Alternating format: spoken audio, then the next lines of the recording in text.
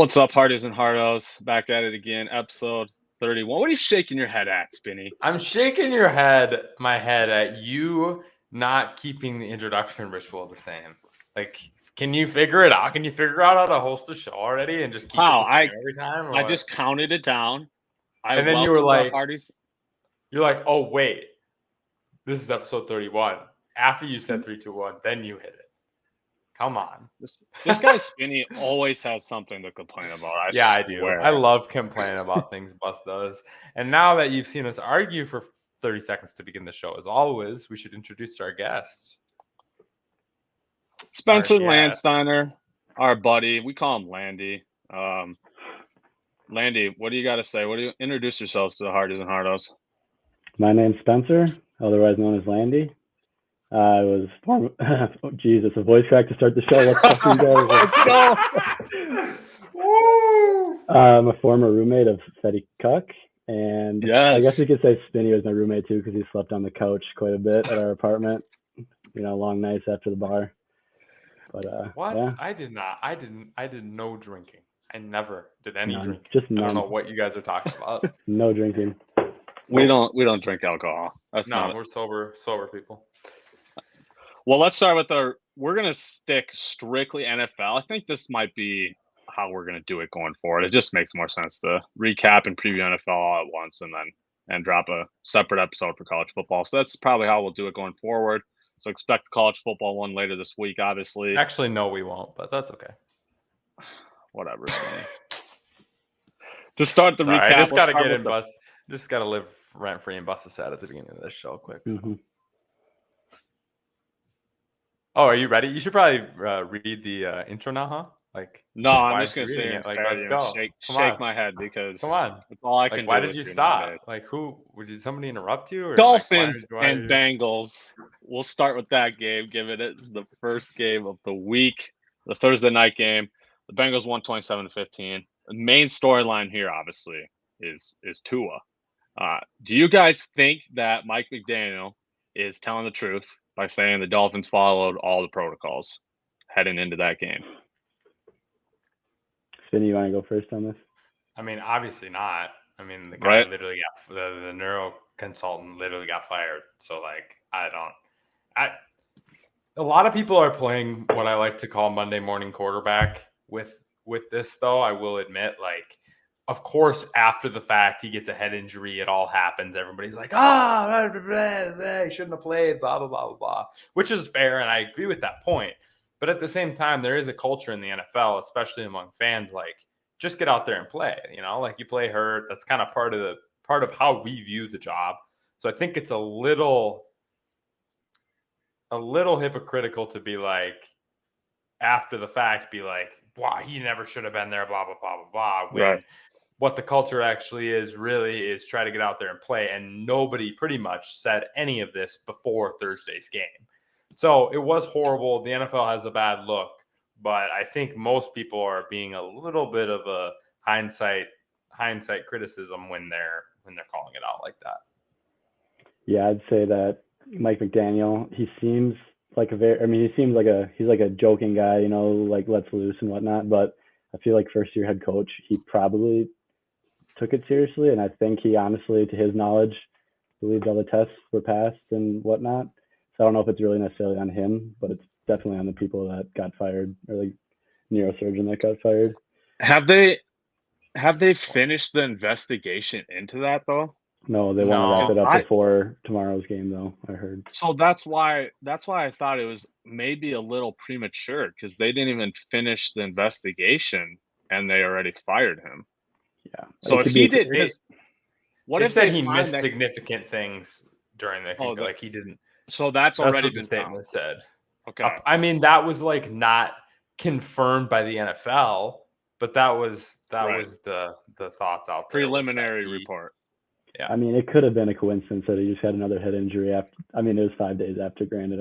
Because that's what I'm saying. Playing devil's advocate, just say he did actually follow all the protocols. It's not his fault necessarily for Tua to just go back in there and happen to get another head injury. If he actually did his job.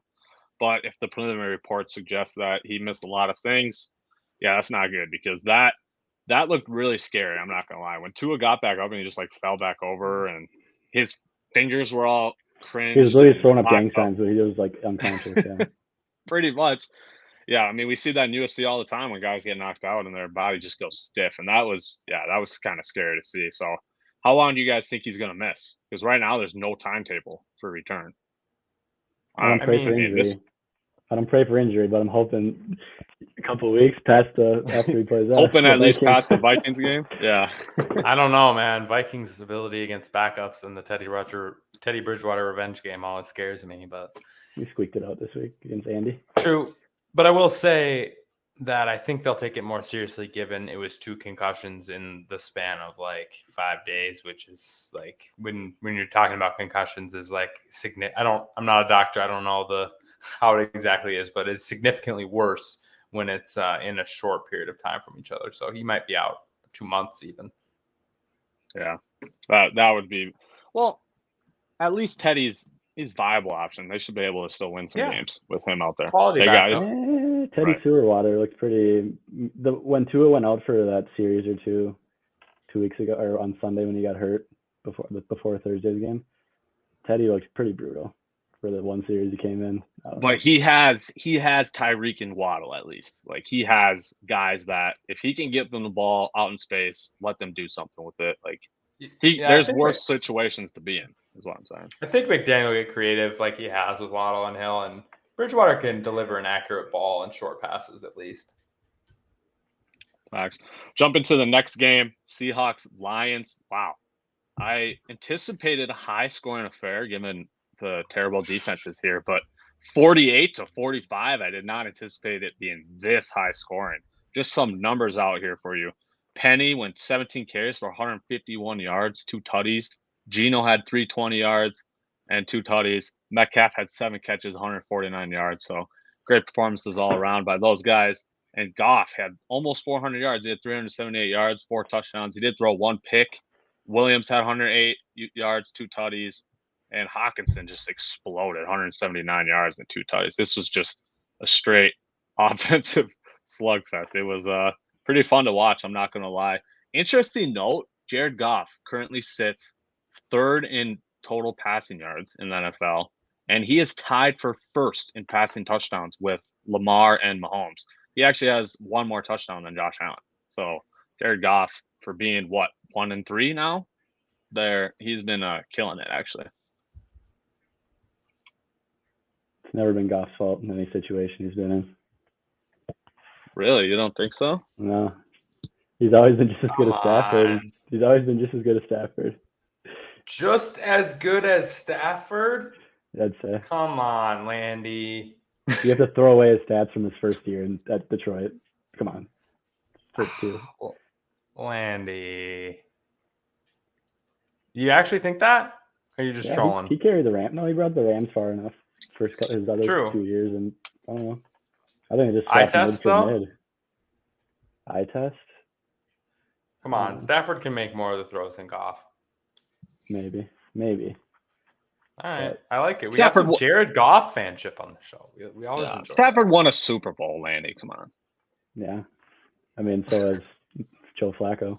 So has Nick Foles. Trent Dilfer. Nick Foles, huh, Spinny?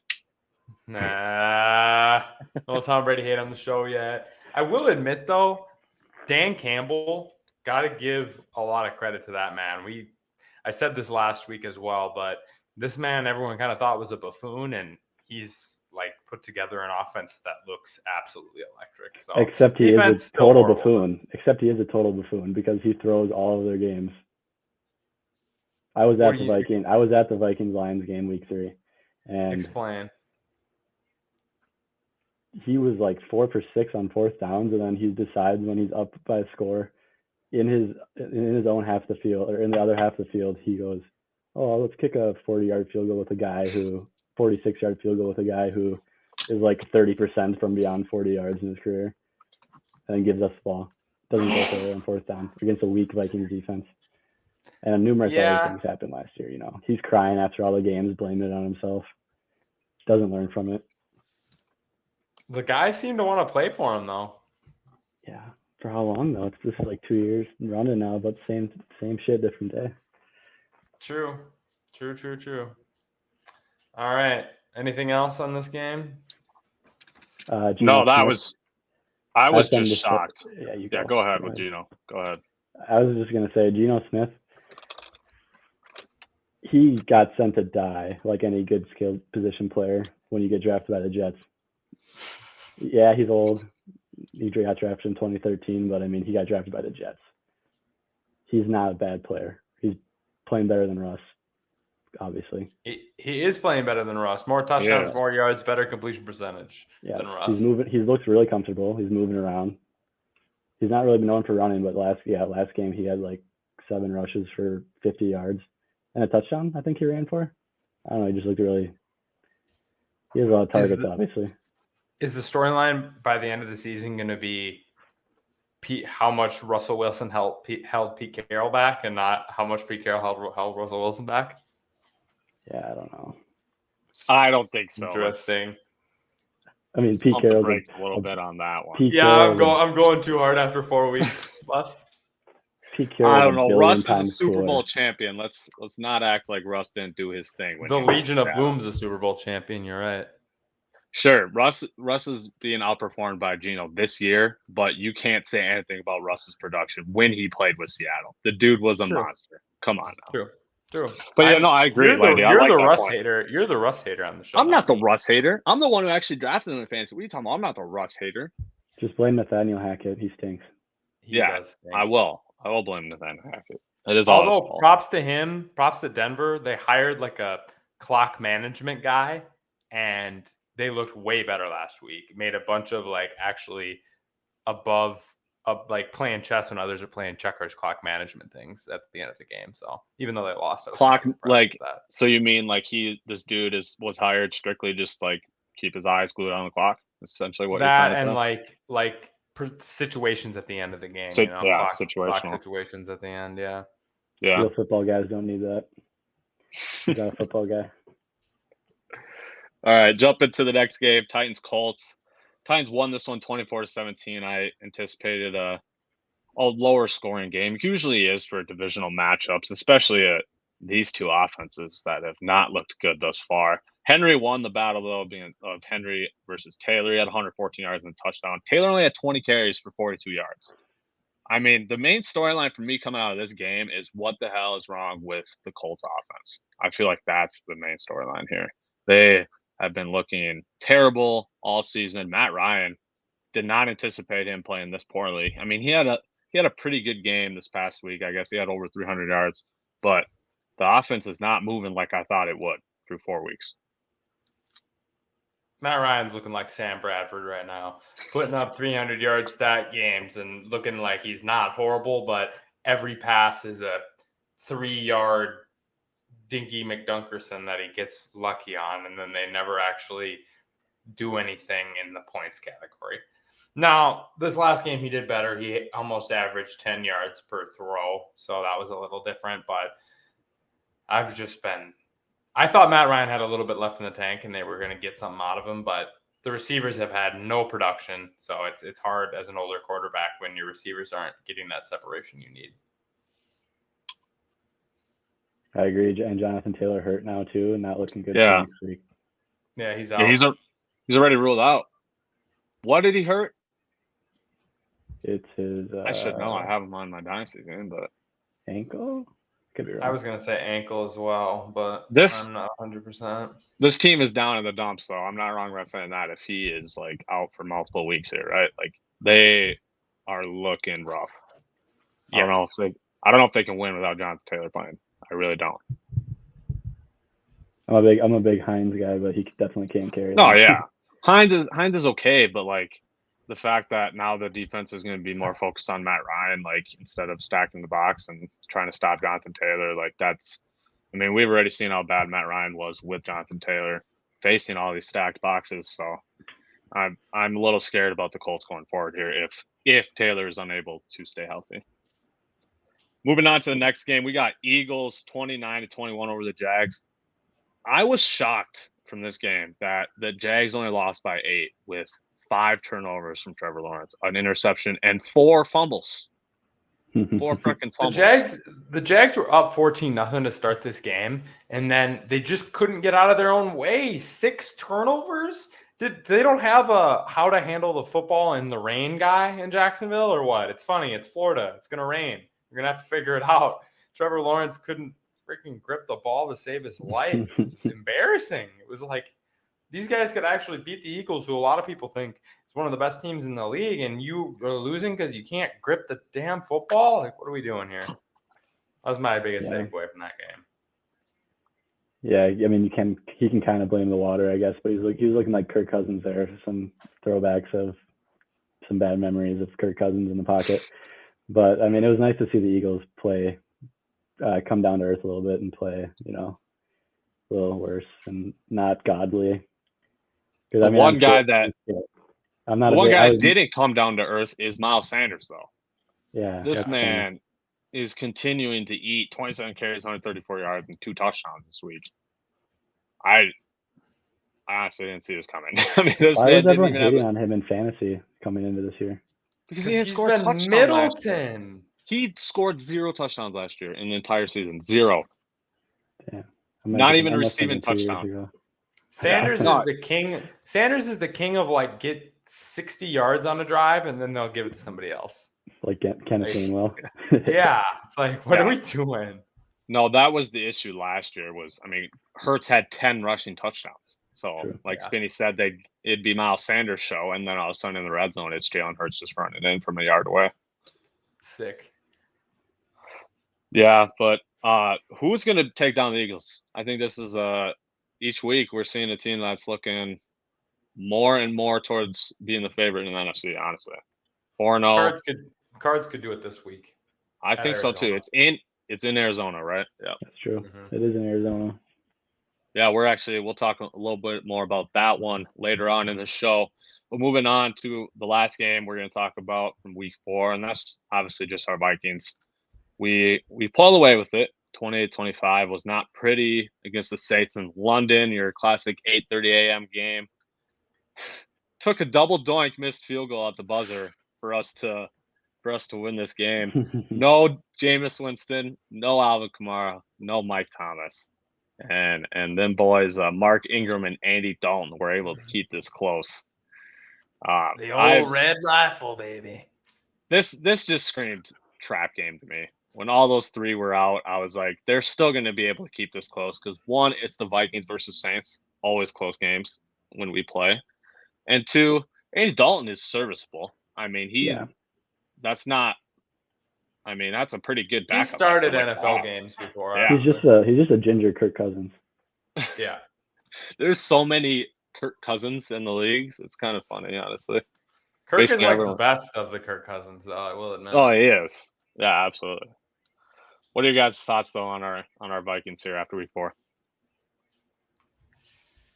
I'll go first here. Honestly, people should be more optimistic than pissed off. Really? We're 3-1. We're 3-1. If you think about it, we're 3-1 right now. That just means we pretty much have to play 500 football to make the playoffs, if you think about it. Do I think we're contenders? No. Are we going to make the playoffs? Yes. We're going to lose the first round, but I don't know. I just think we should be optimistic because it's still a new offense. We're 4th in the league in drops. We're 2 of 15 on contested catches. 2 of 15? Yes, on contested catches this year.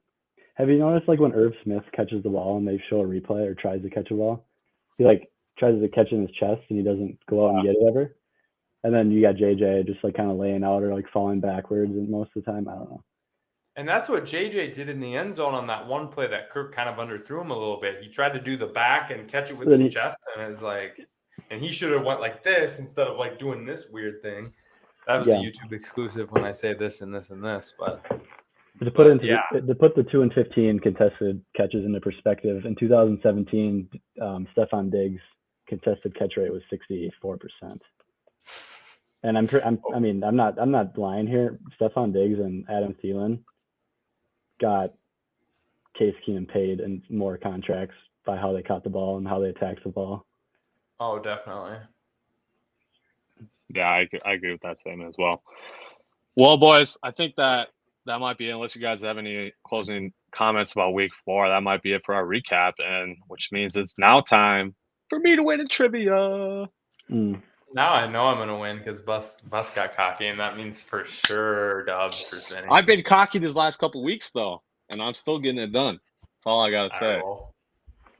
As you can see, our new trivia cover, I actually updated it to include its own guess standings, just because it's obviously unfair. It's obviously unfair for Spinny and I to just take up 1 and 2 on the boards when we play every freaking episode, obviously. So True. we have Forbes and Mike Brown as expected 1 and 2 for our guests. Landy, let's see if you can start off hot and be our 3rd guest to ever get a win. I doubt it because I'm feeling confident today. Just no soccer questions, please. Yeah. Freaking Spinny out here throwing soccer questions as medium, and then Spinny's questions have been ridiculous lately. Ridiculous? Get out of here. You should rewind and tell me your 3 questions from last week because they were so your easy question was hard. It was most tackles in the NFL. Like who randomly will just know that? Mm-hmm. And then you guessed you had a soccer question, and then you had I don't even remember. Your hard question was ridiculous as well. Just upset with you. All right. I'll ask first then. Yeah, go ahead. All right. Bonus point. We got bonus points all over today for me. The second, Lamar Jackson was the second unanimous MVP when he won in 2019. Who was the first ever unanimous MVP? And a bonus point if you can give me the year. I kind of want to hint if this is like 25 years ago or if it's more within like the It is in our lifetime.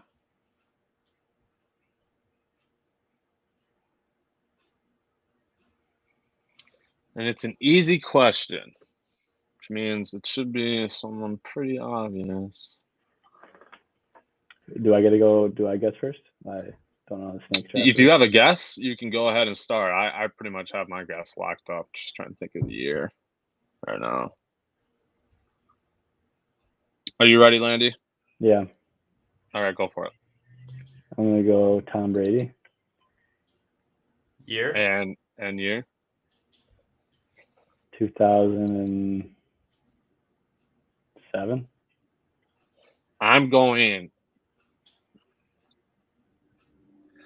Pat Mahomes 2017. I don't know if that's the year you wanted. It is Tom Brady. It was Tom Brady? It's Tom Brady, but the year is 2010. 2010. So 1 point for the Landster. All right, I will ask my easy question next. Who leads, as it stands today, who leads the NFL in completion percentage? Easy question, huh? Yep.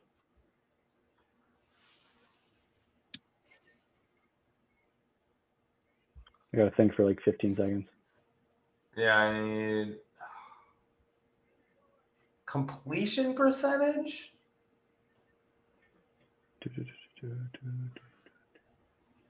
All right, I have my guess. I was trying to think of some major check down dudes, but I'm just going to go on a whim with someone else. I'm going to go with a guy that Bus told me his completion percentage in the last 5 days, so that's why I'm going to guess it. I'm going to go Geno Smith. I'm going to go with Pat Mahomes just because I can't get out of my head him just like flicking the ball in the end zone to Clyde Edwards-Helaire and making stupid passes. That was a crazy play. It is Geno Smith. That's why I put this as an easy question. 77.3% completion percentage so far this season. Leads the NFL. West Virginia legend. Yes, sir. All right, Landy, what's your easy question? Oh, what is my easy question? You guys weren't even that easy, so I shouldn't even feel bad. Okay, here we go. Can you guys name, since 2019, who produced the most game-winning drives since 2019? And I'll give you and I'll tell you who number one is. We have to guess number two. Can you guess 2, 3, 4? Doesn't have to be in order. Yeah. 2, 3, 4. After Kirk Cousins, who's had the most? I have to give you 3 guesses on an Game-winning easy drive. question? 3 guesses for 1 point? Yeah. Jeez. And I have to get all 3 correct. No, whoever gets the most correct out of you two gets a point. Oh, I like okay. that. I like that. Who'd you Since say was number 1 again? Sorry. Since 2019, Kirk Cousins has the most game-winning drives as a quarterback. I wish that was the question because I knew it was Kirk. So who's 2, 3, and 4? Okay. I have 2, 3, 4, 5, 6 listed. I know So 2 let's of the just- 3 answers. Let's just round out the top 5. We don't got to go to 6. Okay. 2, 3, 4, 5. Since 2019. 2019. It's only the years. I gotta write these down as I think. Should we write them down and show Did I say that Kirk Cousins has 21? Kirk Cousins is 21. 21 that leads the league since 2019.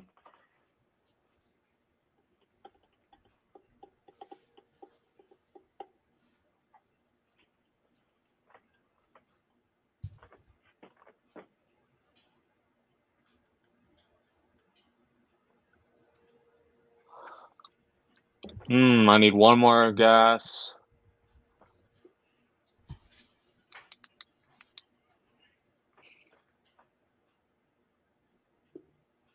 They're obviously all pretty good quarterbacks. All right, I have 4 guesses. Okay. So do I. Name them, Spinny. I wrote too small. Brady, you said Brady, Mahomes, Stafford, and Lamar. Some Brady, repeats Mahomes, Stafford, Lamar. Some repeats from me. My 4 guesses were Mahomes, Allen, Brady, Stafford. Okay. Stafford is definitely not on that list. Wow. I Brady and Mahomes? That was my chance.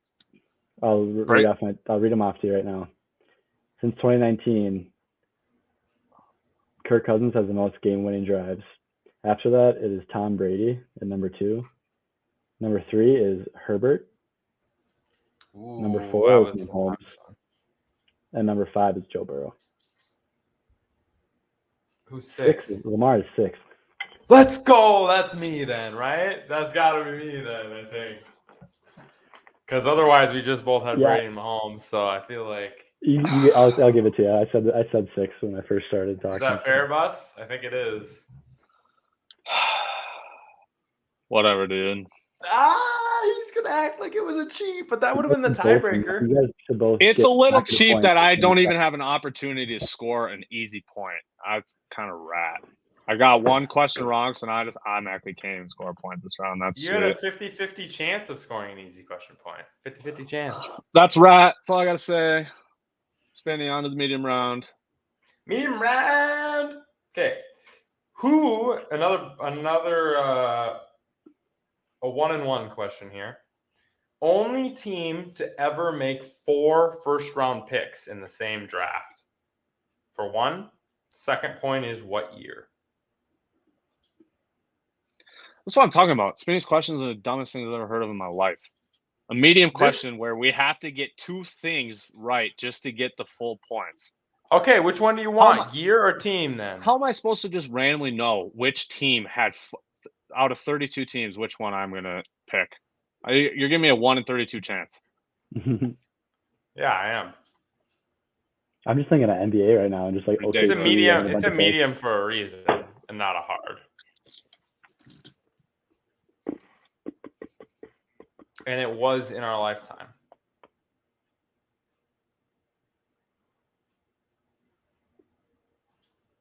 I'm gonna go with an NFC North team. Medium, not a hard, in our lifetime. AKA one of the worst teams in our lifetime.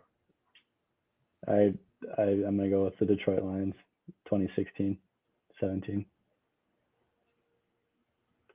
Us? The Jets in, I don't know, 2018. Somebody got it right. The answer is the Jets. Bus with 1 point for the Jets, and it was in 2000. Yeah, so nice. When I'm 3 years old, I'm supposed to remember that. In your lifetime, baby. That's all I said. Yeah, so I'm only getting one. I'm giving myself 2 points. That's BS that I No, had to get you're 2 things not. right. That is total BS that I had to get 2 things right on that hard of a question. Are any of the For 4 a picks medium relevant? round. Or any of the picks relevant that they took in the first round of the year 2000? Ridiculous. I don't know. What the I should have were. 3 points right now, and I just got screwed over. This is crazy. You should not have 3 points. Why should you have 3 points? There shouldn't be an easy question that only one person is allowed to score on. That's not a thing.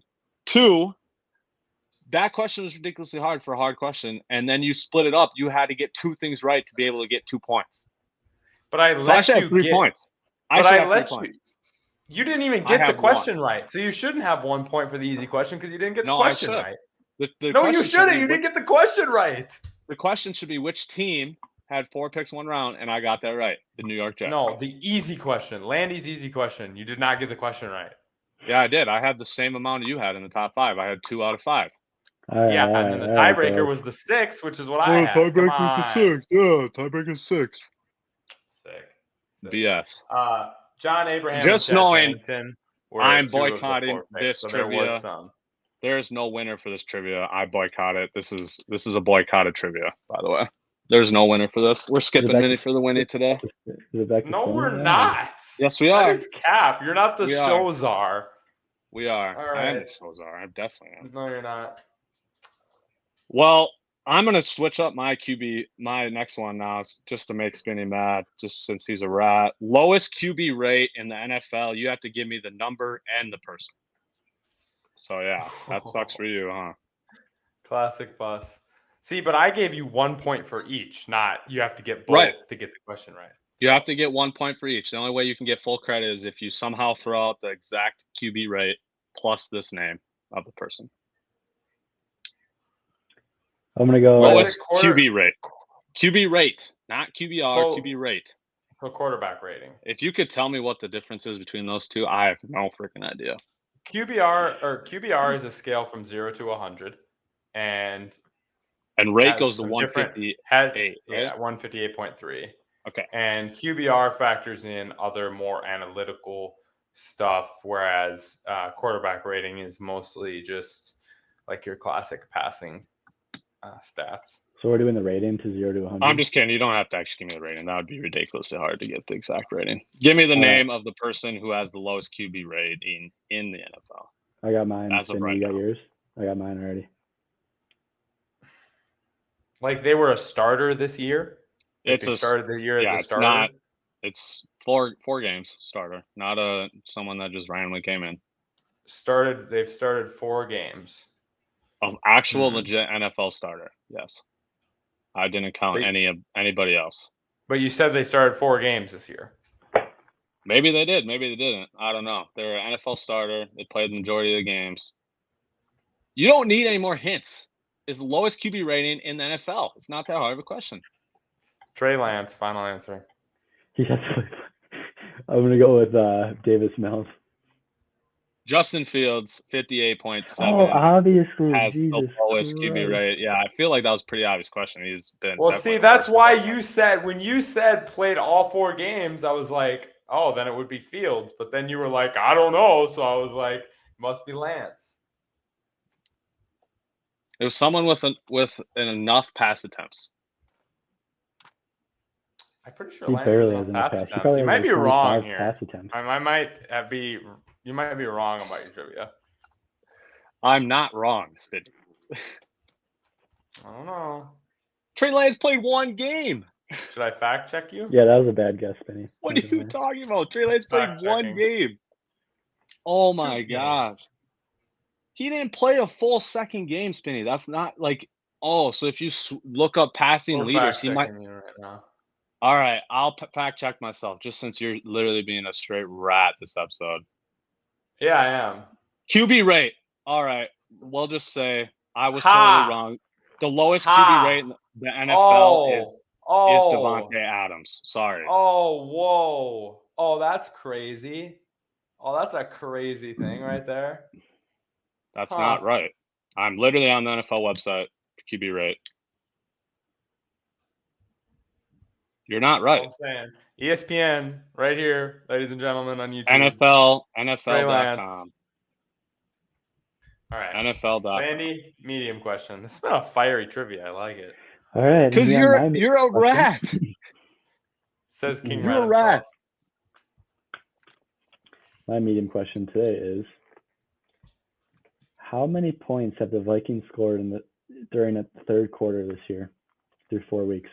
How many points in the third quarter have the Vikings scored combined? Get off your phones, rat. I'm going to say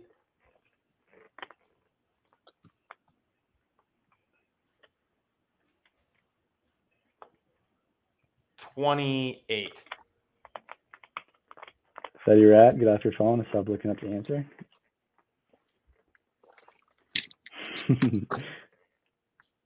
I'm not a cheater.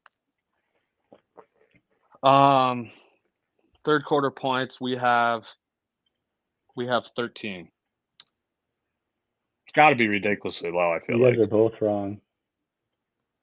The Vikings have scored a total of 6 points during the third quarter. Yeah, I was going to say, it had to be ridiculously low for you to ask the question. I almost threw out 0 as my guess, but I knew that couldn't be right. All right, so we're at the hard question. We're through the mediums. What's the scores looking like, Buff? It is Spinny 2, me and Landy 1. Sick. All right, well, my hard question has 4 possible points, so hopefully we'll get it here. Interesting. Who is the only player in NFL history with 2 safeties in one game? Bonus point if you can give me the team. And also, second bonus point, we're going to go 5 points because why not? Bus is complaining, so we'll give him some guesses. Another bonus on if you can give me the year. So the guess itself is 3 points, 1 for the team, 1 for the year. So you're saying a defensive player caused the safety? Yes. Not Dan Orlowski stepping out of No. Yep. That was a good question. I have no idea.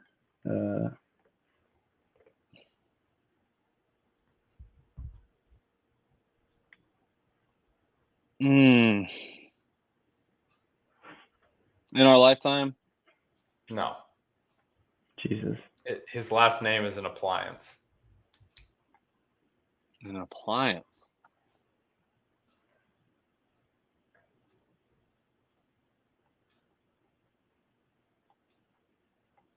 Oh, man. That honestly even confused me more. Yeah. I have no idea. I'm thinking I literally have no idea. Well, you got a team in your guess for 1 bonus point each.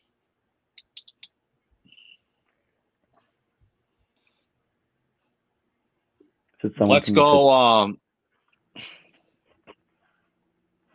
Oh my God. Let's go Steelers. Steelers in 1987. There's a man named Jerry Refrigerator. I don't know. Landy. I was actually going to say Steelers too, but I'm going to go with like someone on the Bears in 1963. Oh, Bears. I feel like that's a good guess. Bears 1963. Can't believe I can't think of Kenneth Kenmore. That's good. The man's name is Fred Dreyer, and it was for the LA Rams in 1973. 2 safeties in 1 game. Fred Dreyer. I was thinking like brand names of appliances, not like actually like a microwave or something. Yeah. That's what I was thinking. I was like, no way. Someone's name is like microwave or toaster. That's all. Is a coaster an appliance, Bus? A coaster is an appliance, huh? It's a toaster. Toaster? Oh, Alice for Spinny. No, I'm just an ass. All right, my hard question. Actually attainable, unlike Spinny's questions. Highest yards per attempt in the NFL right now. for QBs. Yards per attempt.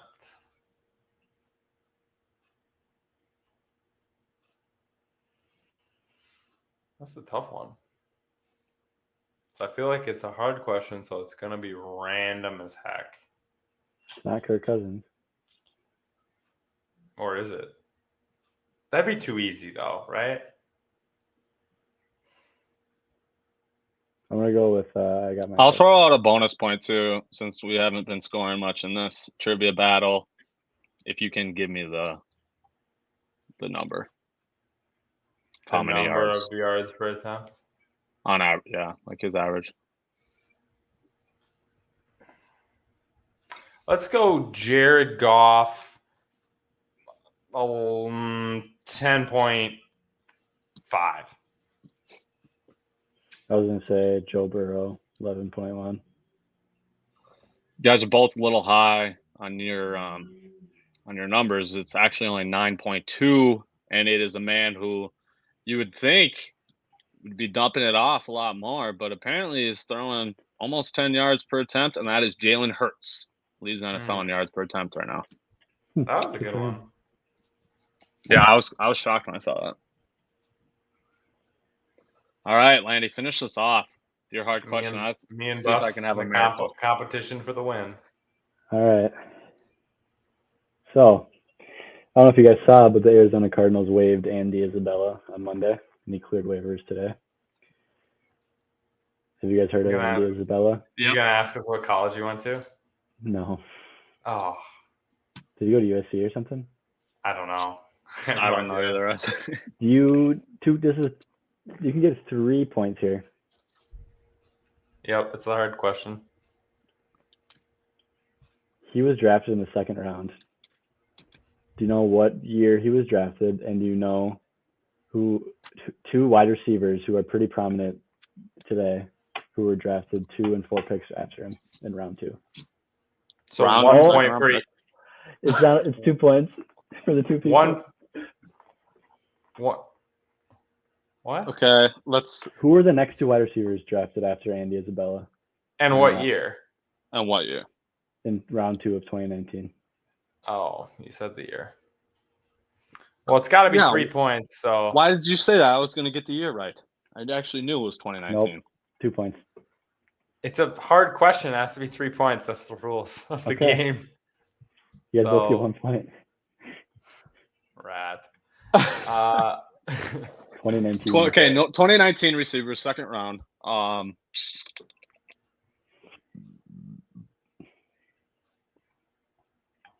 Pretty prominent ones, he said.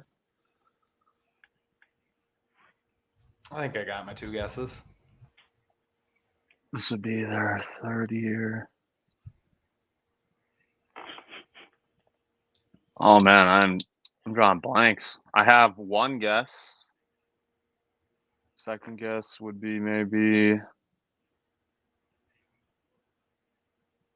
All right, I got 2 guesses. All right, these guys might be too old for 2019.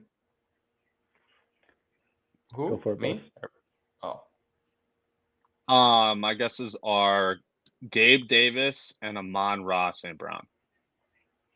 I had Amon-Ra St. Brown as well, and then Debo. Debo's gotta be old. No, St. Brown was definitely drafted in like the 5th round. I'm pretty sure.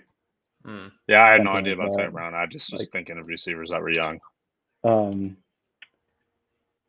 Gabe Davis? Are you gonna be surprised? No, Gabe Davis is not one either. So none of us, we both got it wrong. Is what you're saying? Yep, both got it wrong. What is it? Who are they? DK Metcalf got drafted 2 picks after. Oh, DK. Isabella. I thought DK won in the first round. He was one of my guys. DK was a second round pick. I remember. And 2 picks after that was Deontay Johnson.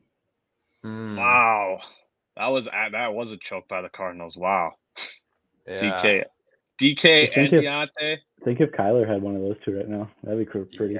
Well, plus Hopkins, plus Hollywood Brown. They wouldn't probably have Hollywood Brown, but they probably wouldn't have done that. Yeah. All right. Well, that means Spinny is the winner with a measly 2-1 victory. We sucked. Damn. A lot of incorrect guesses by us today, boys. And I guess maybe I'll have to make make my questions easier. I'm sorry. I'm not trying to be a rat. Yeah, just throwing out the hardest questions known to man. Sorry. I don't know. I thought you guys had more trivia knowledge. It's my bad. It's my mistake. Sorry, I didn't know Fred Dryer. Yeah, that's some rat stuff. Come on, that's the hard question. The hard question is supposed to be rat stuff. Come on. That's how the hard question is. But all right, good battle though, boys. It was. We'll transition now to our NFL preview. We might as well start with the Vikings. I don't get my mini for the winning. No, I told you, no mini for the winning. I boycotted Australia. Why? Okay, so now I can just remove them. It's awesome. But honestly, I really didn't even want my mini for the winning. I didn't have anything to talk about. I just wanted to Little Bro Bus. So that is my mini for the winning is just Little Bro and Bus. And welcome back. No. I will put myself back on the stream. You don't need it. Yeah, it's all right. I want to be over here. All right. We move on. We will move on to the Vikings Bears now. 3-1. Bears are 2-2 somehow. Honestly, I have no idea how they won 2 games. Probably got lucky that it was a freaking monsoon in that 49ers game. Because Justin Fields was a winner, baby. Oh my God! Stop it. In my eyes, though, guys, I might be taking this a little far, but this, in my eyes, is a must-win for the Vikings. We need to be 4-1 heading into this Dolphins game. We cannot afford to be 3-2 because we can easily lose to the Dolphins in Miami. And I am not trying to be 3-3 heading into our bye week. I want to be sitting at 5-1 or 4-2. So in my eyes, especially against a division opponent that is way worse than you on paper, this is a must-win for the Vikings. We got to get the job done. Knock on wood, but we do always play the Bears well at home. I will say that. We suck against them at Soldier Field and always almost lose, but the home game against the Bears consistently recently has been a dub for us. So I'm a little confident in that, and I think with the bad Bears offensive line, we might actually be able to get some pressure and not look like a bunch of fourth graders like our D-line did last week. Yeah, I'm actually not worried for once or not nervous because, I mean, it helps that it's at U.S. Bank for sure. All the wood is being knocked on right now, by the way, Artis and Artis. All the wood being fourth grade defensive line. You heard it from Spinny. That was an exaggeration. Come on. These guys could eat for breakfast. You're right, though. Like Z and Hunter, like these guys need to step up. They're not playing as well as I want them to. And against Fields and a team that's so run heavy, you can stack the box and put pressure on Fields all game. So they need to step up this game and show us what we thought they would be coming into the season. I agree in that point. Do you guys have any other thoughts about this game and our Vikings? I mean, you can't really knock Zadarius Smith. He leads our team in like pressures or sacks or whatever. I know, but you can say that about his counterpart on the other end. But I mean, is it on? I still think Z is on. Sure, he leads our team, but I don't think it takes much to lead our team in QB pressures when we've looked terrible. Like I expected more from Z than thus far as well. I think his numbers should be better than they are. Do you think Donatel is to blame for Daniil Hunter right now, or is it the 3-4 that's blaming, or is it just him like coaching? Yeah, it is a new system. I mean, we've obviously been 4-3 for, our entire lifetime, right? Have we ever even ran anything other than 4-3? I'm trying to think. I really don't think so. Not that I can think of. So these guys, it is a new system to learn. So maybe they need a little more time. I completely get that, but still, they're too talented not to be performing better than But that. to answer your question, Landy, overall, I'm not impressed with Donatel at all, though. I hate the no adjustment. I hate the not playing to the team that you're playing. Drives me nuts. I have a little quick stat, though, about the Vikings here.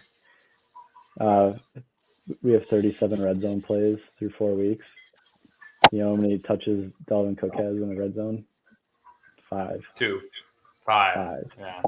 And we have 9 plays from inside the 5-yard line. Do you know how many times Dalvin Cook has touched the ball? 1. once. Yeah, that's not good. No. Give him the ball. I don't know why he just doesn't have the ball anymore. Are we pulling a Miles Sanders here where we just let Dalvin take care of everything up until the red zone? I don't know. But we haven't been effective in the red zone. So No, it's like, true. That's especially given that, it's like, give Dalvin the ball. Like, what are we doing? Like, if we were effective, it'd be one thing, and it's fine, but. Yeah, facts. Moving on to our next game here.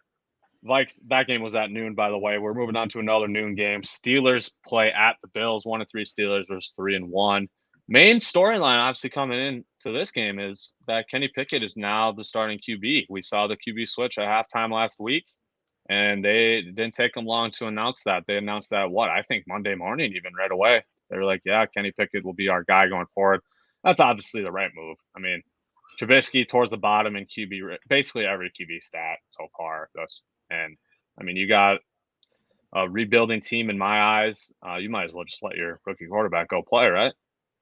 Well, and here's the thing: is that the reason I brought this game up was to see if the Steelers are anything real, and to see if Buffalo was more what they were the first 3 weeks or more what they were last week. I want to see if the Buffalo offense is as effective as it was, and I think against a decent Steelers D that could be a question. And I also want to see if Pickett is able to make some big plays. He had some cool big plays to Pickens. He looked bad overall, but he definitely made more plays than Trubisky. So it's a 14-point spread in Buffalo's favor. It is in Buffalo, but I think the Steelers could make this a close game. I think the Steelers could make this a close game if Kenny Pickett is anything of what we think he could be. And Buffalo is banged up right now. Mm-hmm. Yeah, Micah Hyde out for a while. Poyer might not play this Sunday, and White is still out. So their whole secondary is really rough.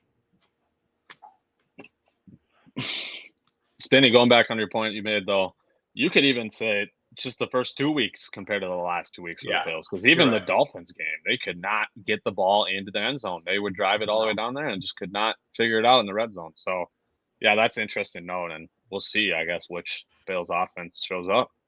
I feel like they should be able to eat without TJ Watt out there. That's obviously a huge loss for them. And the 14-point spread just is giving it to the Steelers to have a chance or have it be a close-out game. That's true. That's one that I tease and try to get extra points for the Steelers. Sometimes you can tease +10 if you combine like 3 games, get +10 and get decent odds on it.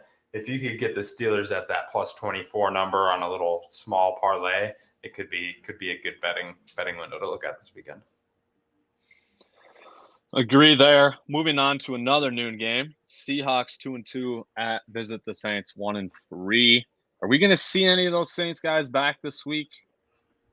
What are your guys' thoughts on the Saints? I feel like I didn't anticipate them being the playoff team, but I did have them winning, I think, 9 games. And they've definitely not looked good so far through 4 weeks.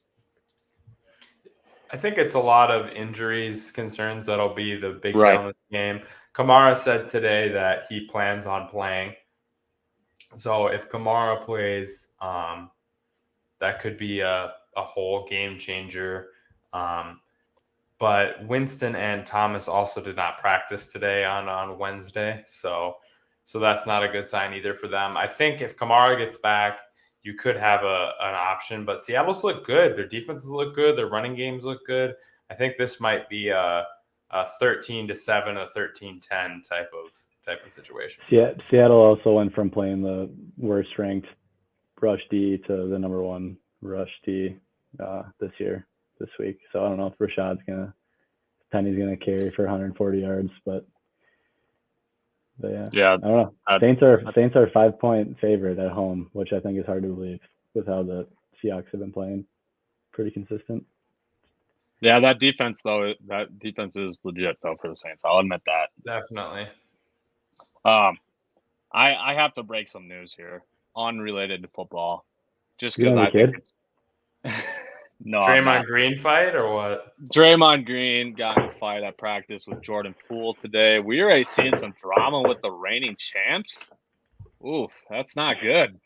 It literally said a physical altercation. They might take disciplinary action against Draymond. But apparently now another report that's came out that said a lot of teammates have said they've noticed emotional and behavioral changes with Jordan Poole amid his extension talks. So maybe Poole's a little stressed, things were said that shouldn't have been said and they got in a fight. I just think that was funny that, it's preseason. You just won the NBA title together. You guys are already getting in fistfights. Yeah. And it says that the Shams athletic post said that Green and Poole regularly get in verbal arguments behind the scenes, but the belief from Warriors management and leadership was that this incident went too far. So apparently it's an ongoing pattern with Green and Poole. So it's kind of be interesting to, once we get a little more details about exactly what was said here, it'd kind of be interesting. I mean, it makes sense. Draymond's going to let him know. Draymond Green gives me CTE vibes sometimes though on the court. CTE vibes? Oh, really? No. Some Antonio Brown shit. Oof. No, that's true. It is Antonio Brown type stuff sometimes. I do wonder about like the Rodman-esque part of Green that comes out sometimes. Oh, that's funny. CTE vibes. Oh man, that's quite a description there. Back into NFL though. Moving on to CTE our final. Isn't a joke, people. No, it's not a joke, but it was still funny. That was funny. Yes. Final noon game we're going to talk about for this week: Lions at Patriots. Both of these teams 1-3. Mac Jones still out, right? So are we going to see anyone know? Either of you guys know update on Brian Hoyer? Are we going to see Bailey Zappi out there again for the Patriots? I think Hoyer is still very questionable from what I saw. So we really might see rookie Bailey Zappi out there running again. Spinny, I want you to bring this point up to me right now live on the pod that you made yesterday. Is Mac Jones really just that mid? Like, because as you said, Bailey was looking just as good as Mac Jones in that half that he played. There was arguments last year and even more this year that McDaniels last year and then the Patricia and Judge combo this year have simplified the passing offense so much for the Patriots that anyone could be decently successful in it. And that's kind of been the rumors going around, and they're not sure if Mac Jones could be a real game-changing quarterback. And that's, again, what it looked like. Like, I almost would have felt better about Mac Jones and the whole situation if Bailey Zappi had came out and looked horrendous. Like, that would have almost made me feel better because it's like Mac is actually an upgrade. But we're obviously talking about one game, super short, data points and stuff to go on. But it was just kind of a line of thought that I had that maybe Mac Jones is really as mid as a lot of people think he is. That is funny. I guess we'll see. You gotta love it though. Just some guy I've never heard of comes in. I look him up. He went to Western Kentucky University. That's just awesome. Broke a short little guy out there. Tons of FBS records last year. Yeah, he has the most passing yards in FBS history and touchdowns. Yeah, that was a trivia question, by the way. Yeah, it was. I remember previous that. Spinny trivia question. I do remember that. Patriots are 3-point favorites at home, and I thought that was kind of wild. The Lions are slinging, just like how I thought the Seahawks shouldn't be 5-point dogs against New Orleans. But did you see that New England is wearing the throwback red jerseys? Are they? They're bringing back the OG helmets too. They can finally get the new. So I think that moves the line. I think that moves the line to Patriots -14. Yeah, I was gonna say. So the Patriots are gonna win then if they're wearing those jerseys. And if Zappi's on the field for sure. Yeah. Zappi baby, welcome to Western K. Let's go. I guess my first initial thoughts of this game is that I thought for sure the Lions will win this game, but the more I think about it, the more they just got torched by Rashad Penny. Damian Harris and Ramondre could easily just torch the Lions in the same fashion, and they could just control the clock the whole time. So this is going to be an interesting game. Backs in fantasy this week, people.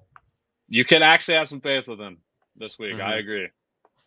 But I think just the at-home Patriots and the way Belichick does an amazing job of making lesser quarterbacks look really bad. I think the defense has played well this year, and I think they might bring Jared Goff's 4-game stretch back down to earth this game too and make it a low-scoring affair. We could see that, definitely. We forgot to throw out winner predictions. We were going to start doing that for these previews. Ooh. So let's go back and just Vikings Bears. I'm taking our Vikes. What you guys got? Vikings. Steelers at Bills. I'm going Bills. Yeah, Bills. What? Bills 31-20. You just say Steelers? Steelers 23-20. Ooh! We got a hot take here. It. We love it. We love it. And Seahawks at Saints.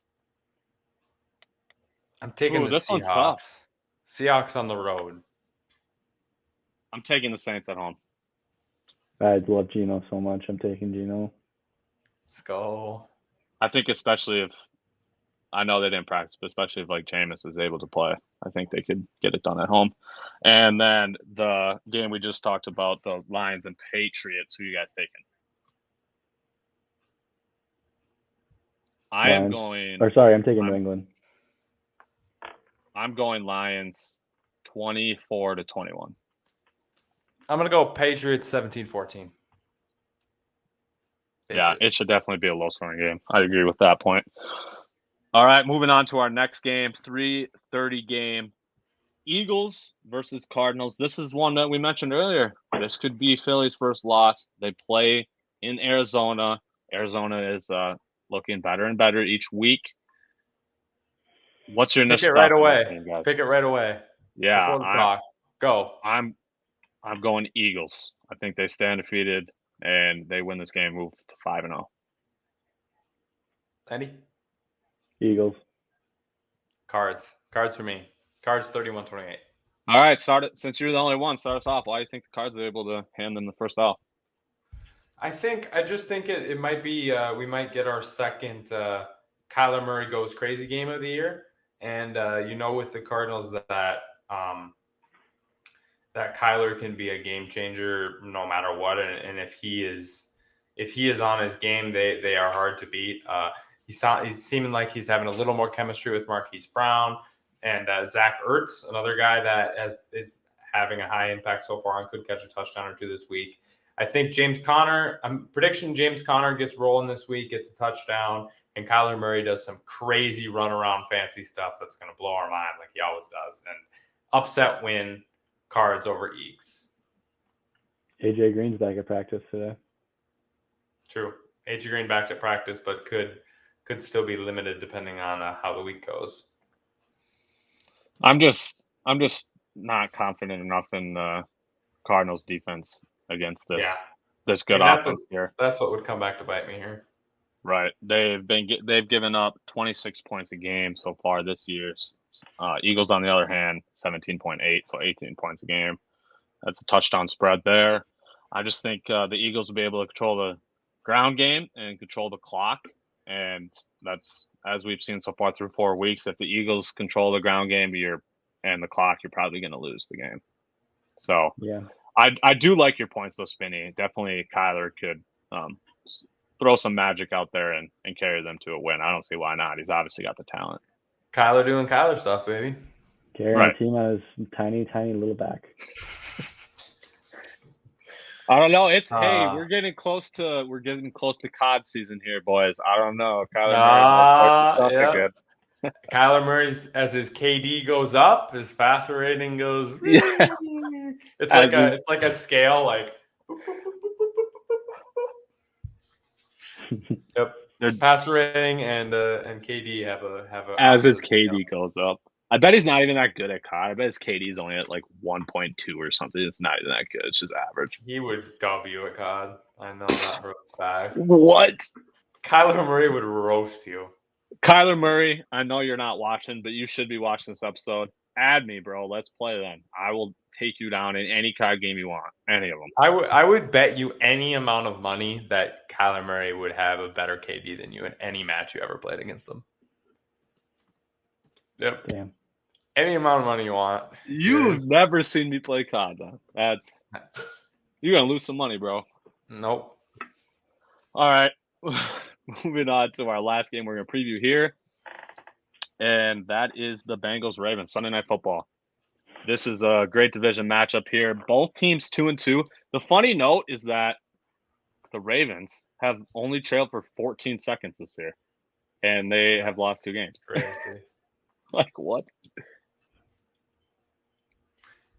What do you think about the Ravens? What do you think about this game, Landy? I've busted your tooth bleeding. I think it is. Sorry. That's what I was staring at the whole time. Sorry. You got it It's right good, now, but I just saw like blood coming out of your mouth. I was like, damn. Yeah, I on the low texted Bus and was like, hey man, you got a bloody lip going on. Oh, I knew it. That's why I like backed up a little bit. Ravens Bengals we're talking here. Ravens Bengals. I don't know. I'm not high on Joseph Burrow, but I think T. You're Higgins. not? You're not high on I love T. Higgins though, and I love Jamar Chase, but I don't know. Lamar Jackson is just too much. I think at home.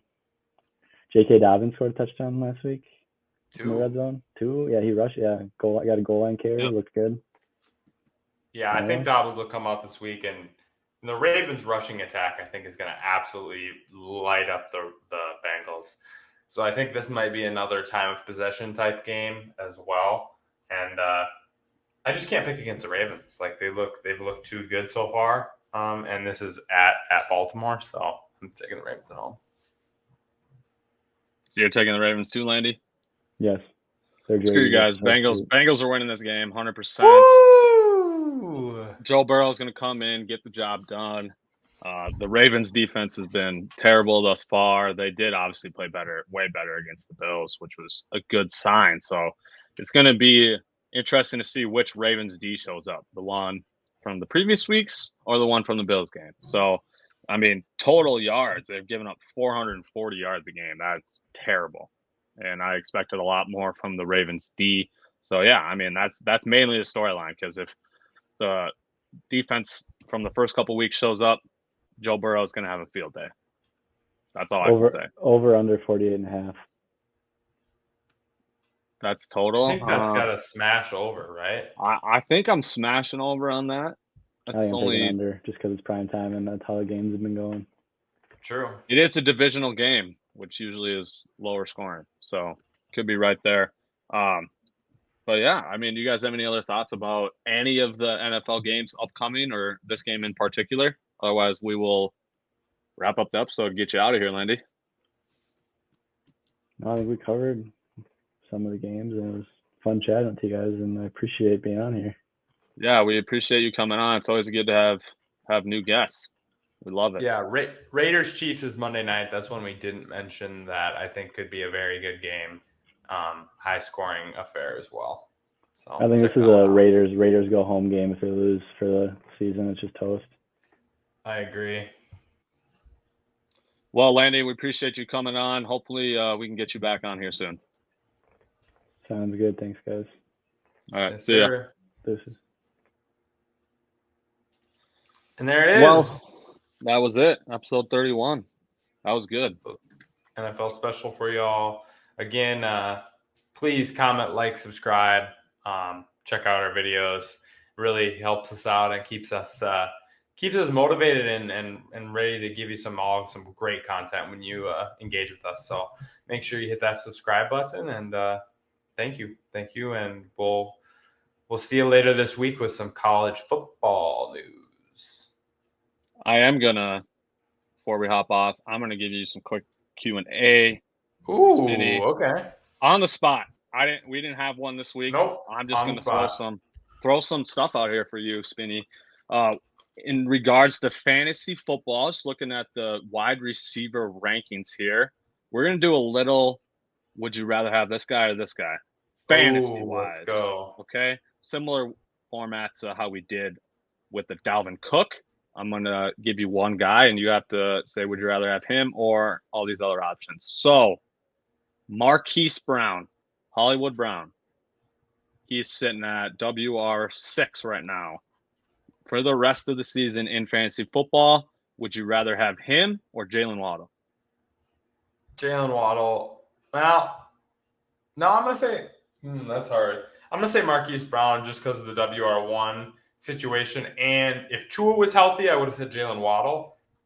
But bringing in Teddy questions a little bit more than Tua, so I'm going to go with Browns slightly over Waddle on that. Agree for the same points. And another point would be just the connection we've seen with Kyler and Hollywood. They seem to have reconnected like they had it back in college. So he loves throwing to Hollywood Brown. That's for sure. All right, Hollywood Brown or Devontae Adams, who is currently WR8. Devontae Adams, like you got to take that WR1 production he's shown consistently for the rest of the season. Devontae Adams for sure. I agree. Here's a maybe more fringe guy, AJ Brown, WR9 right now. I'm still taking AJ Brown, I think, slightly because again, hardcore number one option on the Eagles, and when DeAndre comes back, we'll see kind of the share difference you'll get between him and Brown. So I'm just taking between him and Marquise Brown. So I'm just taking AJ Brown purely on that. I agree. And even if you think of the lesser receivers, I mean, AJ Green's been hurt. Rondale Moore finally came back last week. So like even these lesser guys have been hurt and now they're going to come back in and could potentially take some targets from Hollywood as well. So I'm taking AJ in that battle. How about Hollywood or Christian Kirk? Christian Kirk. Really? I have faith. I do. I have faith too. I just didn't expect you to say Kirk, honestly. I'm a huge Christian Kirk guy. The volume is there, and it's going to be all season. Agreed. Let's go T. Higgins then, a guy who's WR2 on his team. That's tough. T. Higgins gets a lot of the red zone stuff, and Burrow loves humming it up deep to him. I'm going to go Marquise Brown. No, I'm not. I'm going to go T. Higgins. T. Higgins is a better fantasy outlook. The offense. I trust the offense more. T. Higgins currently sitting at WR15. How about I'll throw two more guys out here for you, Spinny. Let's go with Mike Williams. Mike Williams or Hollywood Brown? Hollywood Brown. I'm going Hollywood Brown. I think he'll have a higher target share, which means more catches. And our final guy, let's go with Hollywood Brown or Amari Cooper, who is WR24. Quarterback situation. I think for most of the season, we're going to get him with Jacoby, and Deshaun will only be back like right before playoffs start, and who knows how long it's going to take him to get right. So going quarterback play, picking Marquise. Yeah, Marquise would just be the safer play there. Mari does have that potential with Watson back, but like you said, with being out of the game for so long, he could come in and definitely struggle, and making Cooper not really an elite option like we thought he would be. So yeah, that is it for episode 31. We appreciate y'all coming on and listening to us once again. We really do love it. But yeah, like Spinny mentioned earlier, go ahead, drop comments, likes, subscribe if you haven't. We really appreciate that, and that actually does truly help us a lot. So we'll see you later this week with the college football. Bye. Bye.